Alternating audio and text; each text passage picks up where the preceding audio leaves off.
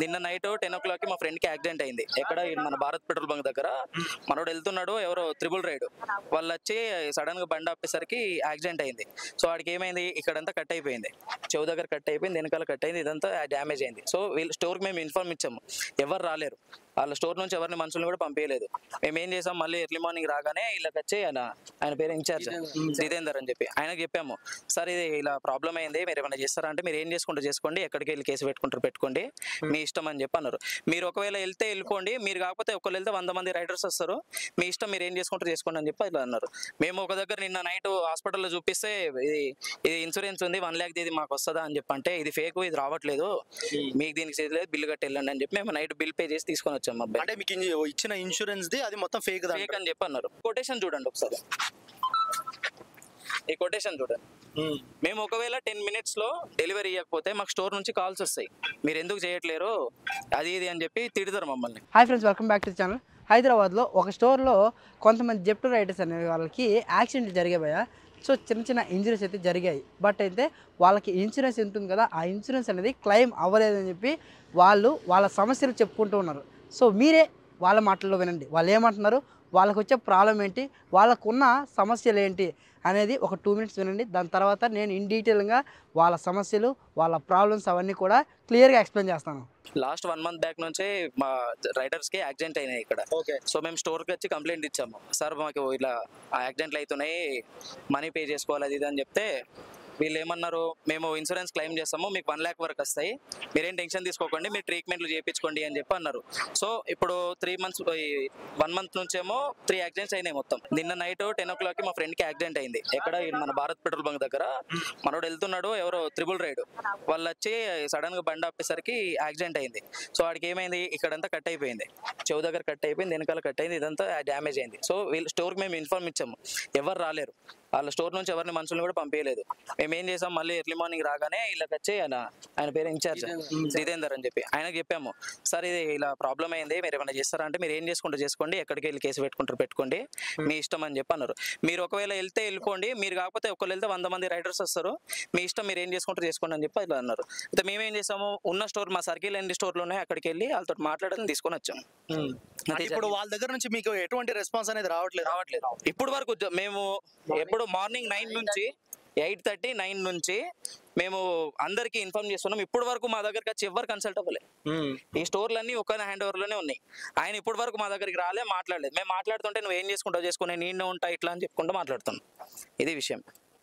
So ఇప్పుడు మీకు morning PS కూడా వెళ్ళాము, 9 o'clock పిఎస్ దగ్గరికి వెళ్ళి మేము ఒక 30 మంది వెళ్ళి, సరే ఇలా జరిగిందంటే మీకు దీనికి ఎటువంటి సంబంధం లేదు, మీది లేబర్ కిందకి వస్తుంది, మీరు దాంట్లోకి వెళ్ళి కేసు వేసుకోండి అని చెప్పి అన్నారు. అవును, కేసు వేసుకుంటే వీళ్ళ మీద ఏదో వస్తుంది.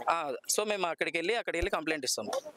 సో అంటే ఇప్పుడు మీరు ఏం చేయాలనుకుంటున్నారు? ఇప్పుడు మేము ఇప్పుడు మీరు ఏం చేయాలనుకుంటున్నారు? మేము అక్కడికి లేబర్ కేసుకి వెళ్ళి మేము కోర్టులో కేసు వేస్తాము. వాళ్ళు మాకు ఇన్సూరెన్స్ లో అవన్నీ అందరికి ఎంతమంది రైడర్స్ ఉన్నారో వాళ్ళందరికీ అది జెన్యున్ గా చూపించాలి, అది ఉందా లేదా అన్నది. మేము ఒక దగ్గర నిన్న నైట్ హాస్పిటల్లో చూపిస్తే, ఇది ఇన్సూరెన్స్ ఉంది 1 lakh ఇది మాకు వస్తుందా అని చెప్పి అంటే, ఇది ఫేక్, ఇది రావట్లేదు, మీకు దీనికి చేయలేదు, బిల్లు కట్టి వెళ్ళండి అని చెప్పి మేము నైట్ బిల్ పే చేసి తీసుకొని వచ్చాము. అబ్బాయి అంటే మీకు ఇచ్చిన ఇన్సూరెన్స్ ది అది మొత్తం ఫేక్ అని చెప్పి అన్నారు. హాస్పిటల్లో చూపిస్తే ఫేక్ అని చెప్పి అన్నారు. అది విషయం. అంటే ఫస్ట్ ఇచ్చేటప్పుడు మీరు ఏం చూసుకోలేదు? నార్మల్ గా ఇప్పుడు ఏదైనా యాప్ లో ఓపెన్ చేయండి, మీకు 1 lakh ఇన్సూరెన్స్ అని చెప్పి వస్తుంది, మీకు అది ఉంటది, దాంట్లో చూడండి. ఇప్పుడు మనం వెళ్ళి ఎవరైనా కనుక్కుందాం. ఈ కొటేషన్ చూడండి ఒకసారి, ఈ కొటేషన్ చూడండి. మేము ఒకవేళ 10 minutes లో డెలివరీ ఇవ్వకపోతే మాకు స్టోర్ నుంచి కాల్స్ వస్తాయి, మీరు ఎందుకు చేయట్లేరు అది ఇది అని చెప్పి తిడతారు మమ్మల్ని. అది విషయం. జెప్టోలో మనం గ్రాసరీస్ అయితే డెలివరీ చేయాలి. ఇవన్నీ కూడా రోడ్డు మీద చేసే జాబ్స్. సో ఈ జాబ్స్ అనేవి చాలా రిస్క్ అని వాళ్ళందరికీ తెలిసిందే. రోడ్డు పైన ప్రతిరోజు కొన్ని 100 యాక్సిడెంట్లు అయితే చూస్తూ ఉంటారు. బట్ ఏంటంటే ఒక కాన్ఫిడెన్స్, మనకి ఏమైనా జరిగితే జెప్టో కంపెనీ ఉంటుంది కదా, మనకి సపోర్ట్గా కంపెనీ ఉంటుంది, కంపెనీ చూసుకుంటుంది అనే నమ్మకంతోనే ప్రతి ఒక్క డెలివరీ పార్ట్నర్ కూడా అదే ట్రస్ట్ చేసి వాళ్ళైతే ప్రతిరోజు 15 to 18 hours అయితే ఈ జెప్టోలో వర్క్ చేస్తున్నారు. రీసెంట్లీ మన హైదరాబాద్లో ఉండే ఒక స్పెసిఫిక్ స్టోర్లో ఒక 3 members అయితే చిన్న ఇంజురీస్ అయితే జరిగాయి. ఆ ఇంజురీలో చిన్న గాయాలు అయితే జరిగాయి. చిన్న గాయాలు అంటే ఒక రైడర్కి చిన్న గాయమైనా సరే 1 వారం లేదా 2 వారాలు జీతం అయితే రాదు. ఎందుకంటే ఇంజురీ జరిగిందంటే ఆబ్వియస్గా తనైతే ఇంట్లో ఉండి రెస్ట్ తీసుకోవాల్సిందే, అవునా కాదా? సో ఇంజురీ జరిగింది, ఓకే, వాట్ నెక్స్ట్? నెక్స్ట్ వచ్చేసరికి మనకి ప్రతి ఒక్కరికి జెప్టోలో జెప్టో యాప్లో ఇన్సూరెన్స్ కార్డ్ అనేది కనిపిస్తూ ఉంటుంది. ఆ ఇన్సూరెన్స్ కార్డ్ ఎంత ఉంటుందంటే approximately death insurance 10 lakh rupees, చిన్న చిన్న ఇంజురీస్కి 10K 10,000 రూపీస్ వరకు మనమైతే క్లెయిమ్ చేసుకోవచ్చు. జెప్టో యాప్లో కనిపిస్తున్న ఇన్సూరెన్స్ అనేది చూడటానికి తప్ప వాడుకోవడానికి పనికి రావట్లేదు అని జెప్టో రైడర్లు అయితే వాళ్ళ ఆవేదనని మన ముందు చెప్పుకుంటున్నారు భయ్య. సో వాళ్ళంతా ఏమంటున్నారంటే మాకు చిన్న చిన్న ఇంజురీస్ జరుగుతున్నాయి, బట్ మేము మా పర్సనల్ మనీతో అక్కడ ట్రీట్మెంట్ చేయించుకుంటున్నాం హాస్పిటల్ దగ్గరికి వెళ్ళి. మళ్ళీ స్టోర్ దగ్గరికి వచ్చి స్టోర్ RSA లేదా జెప్టో బ్యాక్ అండ్ టీం వాళ్ళకి కాల్ చేసి మా ప్రాబ్లం చెప్తూ ఉంటే వాళ్ళెవరు కూడా రెస్పాండ్ అవ్వట్లేదు. ఒక నిమిషం ఫోన్ లేపితే కదా అన్నా, ఇవన్నీ చెప్పనీకే ఫోన్ లేపితే కదా మీరు. ఎవరు ఫోన్ ఇప్పుడు ఫోన్ లిస్ట్ చూపిస్తా, ఫోన్ లేపితే కదా మీరు. రాత్రి కూడా యాక్సిడెంట్ అయినా కూడా పర్సన్ ఫస్ట్ డెలివరీ ఇచ్చినా లేదా అడిగి స్టోర్ లా నీకు ఎట్లుందని అడగలే, నువ్వు డెలివరీ ఇచ్చినా లేదా అడుగుతుంది. అది ఏందన్నా రెస్పాన్సిబుల్, అది రిటర్న్ మళ్ళీ ప్యాకెట్ ఉన్నాయా ప్యాకెట్ ఉన్న స్టాక్ రిటర్న్ స్టోర్ లో తెచ్చి ఫోన్ మీరు అంట. మాకు ఒక దగ్గర యాక్సిడెంట్ అయిందని కాల్ చేస్తే వాళ్ళు ఏమంటున్నారంటే అవునా సరే జాగ్రత్త, బట్ ఏంటంటే ముందు ఆ మెటీరియల్ ఏదైతే ఉందో రిటర్న్ బ్యాక్ టు స్టోర్కి వచ్చి ఆ మెటీరియల్ సబ్మిట్ చేసి నెక్స్ట్ మీరైతే హాస్పిటల్కి వెళ్ళండి. సమ్టైమ్స్ ఇలా కూడా అంటూ ఉన్నారంట. సో నాకు అర్థం కావట్లేదు, అక్కడ మనిషి ప్రాణం విలువనా లేకపోతే అక్కడ ఉండే 300-400 రూపీస్ మెటీరియల్ విలువనా? సో ఆ టైంలో కూడా మెటీరియల్ గురించి ఎందుకు మాట్లాడుతున్నారు? అవి నేనంటున్న మాటలు కాదు, జెప్టో స్టోర్ రైడర్సే మాట్లాడుతున్నారు. సో జెప్టో స్టోర్ మేనేజర్లు కూడా కొంచెం ఆలోచించండి. మీ జెప్టో కంపెనీ అనేది ఇలా గ్రో అవుతుంది అనుకుంటే ఎవరి వల్ల గ్రో అవుతుంది? మీ వల్లనా? మీ బ్యాక్ అండ్ టీంలో ఎవరైతే వర్క్ చేస్తున్నారో Zepto delivery partners, Zepto riders, వాళ్ళు కష్టపడడం వల్లనే ఈ జెప్టో కంపెనీ అనేది చాలా గ్రో అవుతుంది. One of the best company అయింది భయ్య హైదరాబాద్లో జెప్టో కంపెనీ అనేది. సో ఇంతలా ముందుకెళ్తుందంటే ఆబ్వియస్గా కారణం ఈ జెప్టో వెనకాల వర్క్ చేసే జెప్టో రైడర్లే. వాళ్ళకి ఏ చిన్న సమస్య వచ్చినా సరే జెప్టో బ్యాక్ అండ్ టీం వాళ్ళందరూ కూడా సపోర్ట్ చేయాలి. ఇంత లాగ్ ఫార్మట్ చేయకూడదు. చిన్న ఇంజురీ జరిగిందంటే ఇన్సూరెన్స్ రాకపోతే వీళ్ళ ప్రాబ్లమ్స్ ఇంకా ఎవరికి చెప్పుకోవాలి? ఎవరికి చెప్పుకుంటే రెస్పాన్స్ అవుతారు? ఒక రైడర్ చెప్తున్నారు, అన్న నాకు యాక్సిడెంట్ జరిగిందన్న, జెప్టో RSAకి చెప్తే వాళ్ళు ఏమంటున్నారంటే ప్రాసెస్లో ఉంది, 45 డేస్ తర్వాత మీకు ఆ ఇన్సూరెన్స్ అమౌంట్ వస్తుంది, స్టిల్ వెయిట్ చేయండి అంటున్నారు. ఆయనకి తగిలిన గాయాలు మాయమైపోతున్నాయి, బట్ ఆ ఇన్సూరెన్స్ అమౌంట్ అయితే రావట్లేదు. వాళ్ళు మళ్ళీ కాల్ చేస్తే కాల్ రెస్పాన్స్ లేదు, కాల్ లేపరు. కాల్ లేపినా సరే మీరు పెట్టిన డాక్యుమెంట్స్ కరెక్ట్గా లేవు, ఆ సర్టిఫికేట్ పైన డాక్టర్ సిగ్నేచర్ లేదు, ఇలాంటి నానా డౌట్లు అయితే అడుగుతున్నారు. ఆ రైడర్కి చెప్తున్నాను కదా, తగిలిన గాయాలు మాయమైపోతున్నాయి కానీ ఆ ఇన్సూరెన్స్ అమౌంట్ అయితే రావట్లేదు. ఇలా జరిగితే ఇలానే సిచ్యువేషన్ ఉంటే జెప్టో కంపెనీలో పనిచేయడానికి ఏ రైడర్ కూడా ముందుకు రాడు. అప్పుడు జెప్టో కంపెనీ స్టార్ట్ నెంబర్ 1లో కాదు కదా, నెంబర్ 10లో కూడా ఉండదు. సో ఇలా జరగకుండా ఉండాలంటే Zepto main back and team అలాగే జెప్టో హైయర్ ఆఫీస్ అందరూ కూడా జెప్టో రైడర్స్కి ఏం ప్రాబ్లమ్స్ ఉన్నాయి, వాళ్ళు ఏం ప్రాబ్లమ్స్ ఫేస్ చేస్తున్నారు, వాళ్ళకి శాలరీ పడుతున్నాయా లేదా, వాళ్ళకి ఇన్సూరెన్స్ అమౌంట్ వస్తుందా లేదా, వాళ్ళు డైలీ ఎన్ని అవర్స్ లాగిన్ చేస్తున్నారు, స్టోర్లో వాళ్ళకి ప్రొవైడ్ చేసిన వెయిటింగ్ హాల్లో వాటర్ ఉన్నాయా, కరెంట్ ఉందా, ఆ రూమ్స్ ఎలా ఉన్నాయి, ఇవన్నీ చెక్ చేయండి. వాళ్ళకంటూ పార్కింగ్ ఉందా లేదా. ఒక స్టోర్లో దాదాపు 100-200 మంది రైడర్లు ఉన్నారు భయ్య. 100-200 మంది ఉన్నారంటే 200 బైక్స్ ఉన్నట్టే.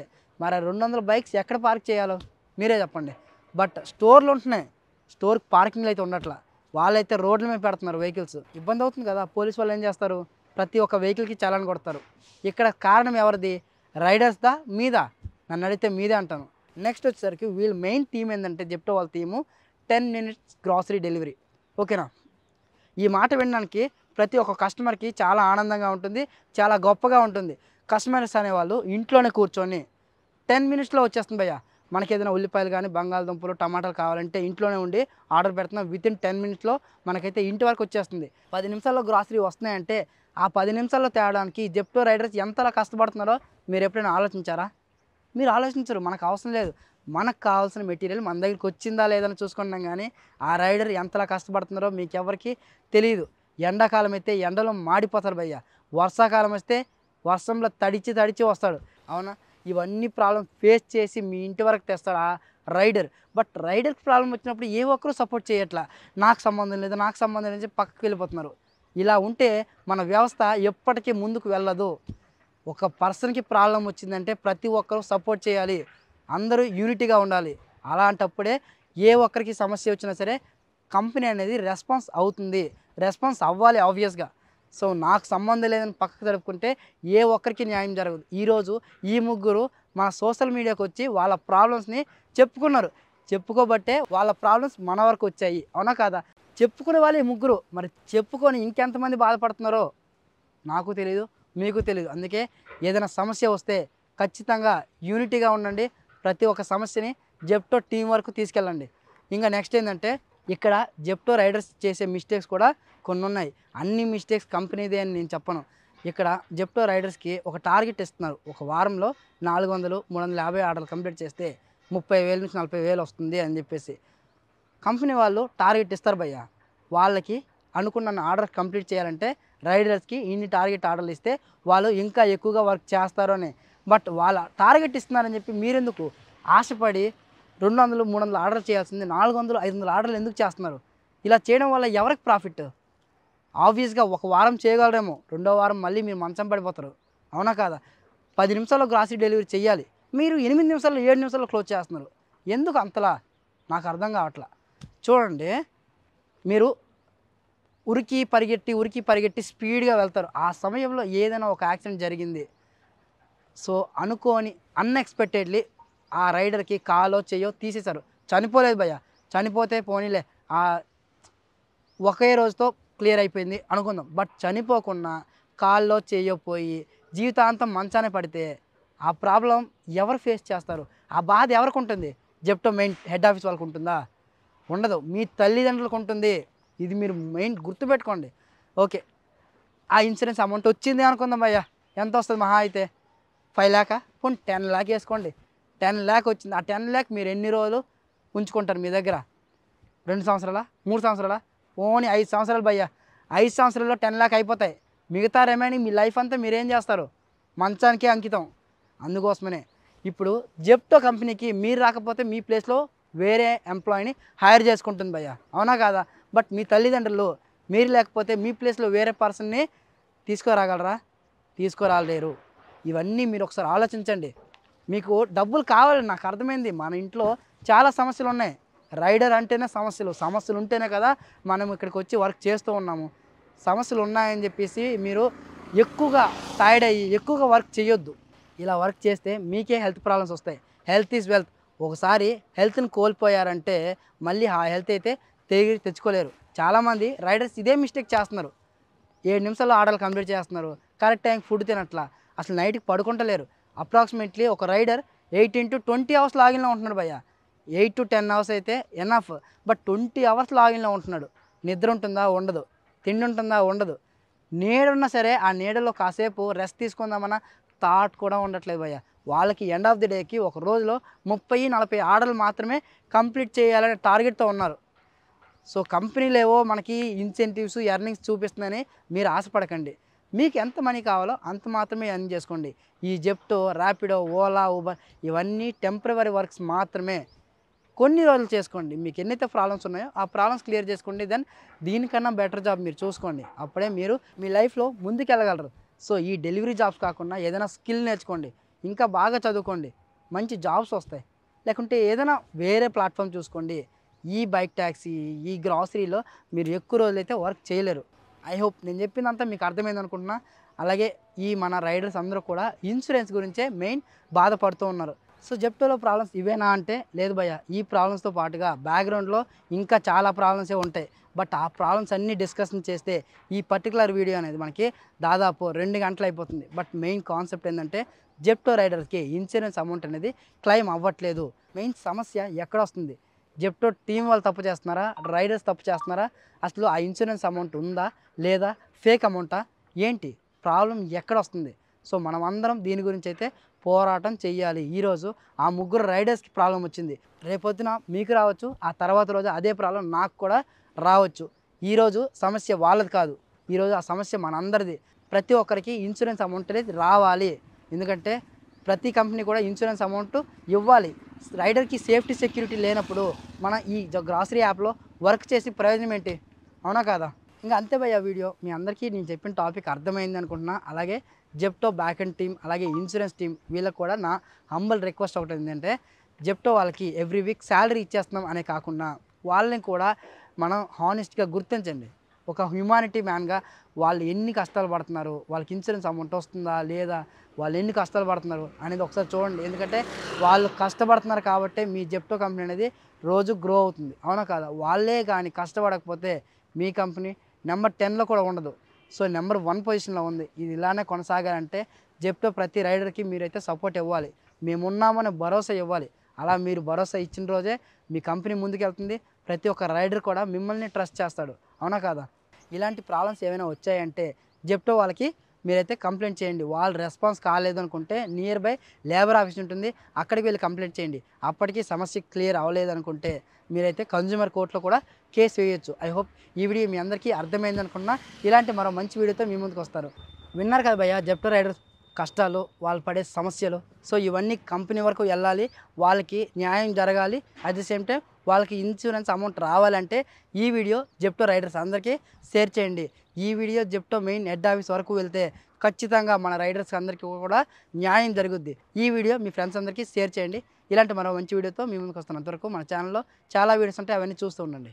వెయిట్ చేస్తుంటే ఈ లోపు సడన్గా వెనకాతల నుంచి వచ్చి నా పేకని ఇలా పట్టుకొని వెనక్కి లాక్కొని వెళ్ళిపోయారు అన్న ఒక వ్యక్తి.